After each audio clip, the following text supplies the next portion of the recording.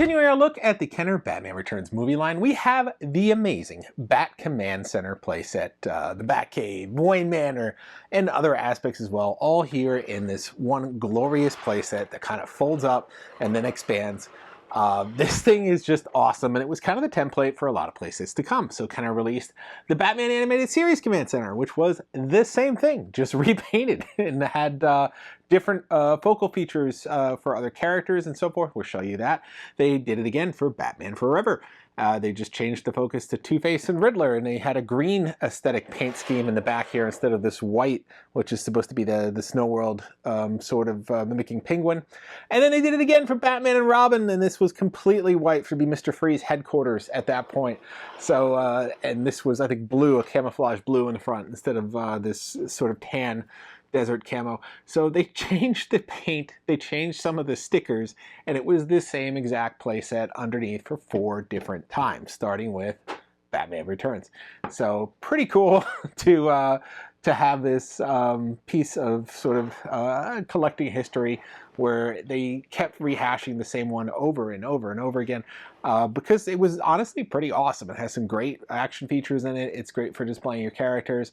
We're going to take a look at it in just a minute. I will show you that there's a latch in the back here that keeps this whole thing together. You undo the latch and then it will start expanding. There's a couple of key components inside of it that are commonly missing, such as the grappling hook aspect, so we'll show you that. And then sometimes, often the rails are broken in the back and the top here. But yeah, I mean, you can typically find this on the internet. It's going to cost you a couple $100, depending on which version of it you get. But that is essentially the overview. Why don't we check out this awesome playset? All right, I showed you the outside, so I show you the inside now. We have these opening doors to get outside. Here's a little balcony.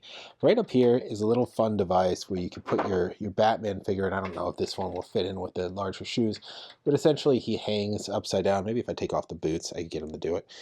He kind of does his Batman hanging upside down for his exercise or whatnot have you right there. I remember him doing that in the first Batman movie, but not necessarily in Batman Returns. But that is a fun little display for you to take that feature for Bruce Wayne to act like a bat. We have these crash through ceiling tiles here, so he could surprise the bad guy by smashing through the ceiling, and then they just reset by pushing them into place. The other feature he has here, this one's often lost, is this sort of sliding what do you call it, grappling line that you could attach to an arm. Again, I think it's too thick with the glove, so you could use a different version of Batman for this, but you just kind of snap it onto the wrist, and or maybe, there we go, and then he will be able to very slowly slide. If you tighten the line, maybe he could slide down there. But that is basically that feature there.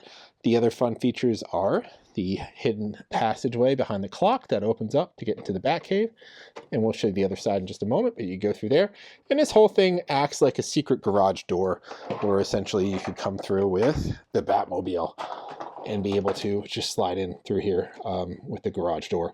So that is your secret entrance for the Batmobile. You could use the Bat missiles we just showed you, or whatever Batmobile you want to. But that is the feature there. So over here on this side, now you can see this is the, I guess the Penguin lair or something. It's supposed to be something along those lines. This little piece comes off. It's just kind of pushed in, pressure fitted on some tabs. And this is supposed to be the raw sewage tank or something like that. So mimicking similar to what happened to Penguin at the end of the movie. So you could have Penguin up here and then Batman fighting him. Let me try to balance him there. And you push the button here and whoop, yep, the latch falls, and I guess I didn't position this right. He takes a dive into the sewage. So a little action feature there, and then you could reset. I think the whole, there we go, the whole thing's supposed to fall. It's just a little, it gets a little stuck with age, but the whole thing's supposed to fall, and then you could reset it. But the railing itself does go over as well. But then that is reset that way. All right, let's go on the back side. So over here, we just kind of have a basic Batcave. Here's the entrance from the secret on the other side. And then we have our more spectacular Batcave. So in here, you could store some items. You have a swiveling command chair. This is what I talked about when I said the pictures changed. So we have the Penguin. I think for the animated series, it's the Joker. For Batman Forever, it's like Two-Face or the Riddler maybe. And then for Batman and Robin, it's Mr. Freeze. So yeah, he fits in there nicely in the chair, so you could have him swiveling around there. Now in here, you could fit up to 2 figures. You could secure them in this little belt here, and basically you close the door and you twist this, and then there he is. So he'd go from a regular Bruce Wayne figure, and you could twist it into a Batman figure, so you could have the armor stored in here, or have a changed version of Batman, so you could have that, you know, that morphing feature or transformation feature. So that's kind of cool in the Batcave. So this isn't bad for a Batcave. I think as far as Batcaves go, it had the common components you see everywhere, where he's got the back computer, weapon storage, he's got little stairs there. He's got where he stored his uniforms, which was featured prominently throughout the movie, to have that little vault there for just one costume. Not like some other films, we had dozens of costumes and just one costume here. He goes back into the Wayne Manor side on this way. So if we flipped it around, it would connect over to the Wayne Manor, which would be on the other side. So this was a nice way to segue it into his house. It had that breakaway tiles at the top for the glass. I don't think you could see those from this angle, so let me tilt it a little bit so you can see right there. They had kind of like windows. So you have a rooftop area to play, and then you have that fun breakaway feature. You have the secret passages, and then you have the sort of villain lair that has the breakaway. There we go, breakaway flooring. If you could get it to work, mine just keeps sticking. I swear it worked the other day, but you can't make these things work on demand. And now it's probably permanently stuck the other way. Nope, there it goes. So yeah, just something cool. And then you had the little vat where he could fall down into here. Fun fact for the Batman Forever one, this one is just called the Riddler Hideout. You're supposed to put him inside this jug so he can't be found.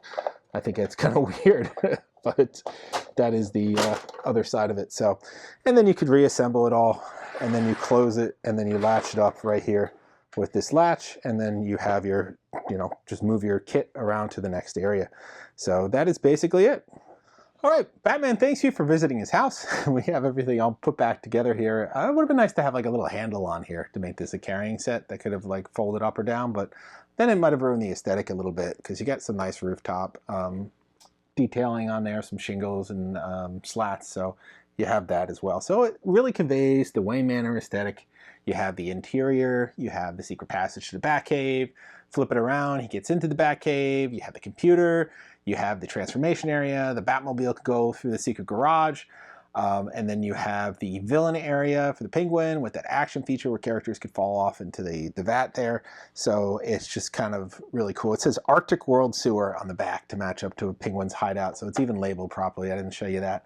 And then you got the crash through glass to have fun Batman breaking in with the zip line and the little hanging ability. That was a fun little addition too. So a lot going on with this playset. So kind of really put it all together, captured some moments from the film, which is great that you can recreate here. And then they just kind of adapted it 3 other times for the rest of the segment. I mean, why not just do a repaint? Hello, Penguin. Instead of crafting something new. There was kind of a extensive Batcave for Batman Forever that was separate from this. They had a different one that had like the area for the Batwing and the area for the Batmobile and a little terminal as well. So they had a more expansive kit, but this one kind of became universal and synonymous with a lot of the Kenner Batman line. They just kind of gave it a paint job. I think it was blue for a blue camo for Batman and Robin, a green camo for Batman Forever, and red camo, I think, for Batman Animated Series. I might get that slightly wrong, but there were different colors. This one for Batman Returns was just this tan desert kind of camo. I don't know why it needed a camouflage sort of paint scheme to it, but that's what they gave it. So anyway, that is your Batman Returns playset based on the movie here.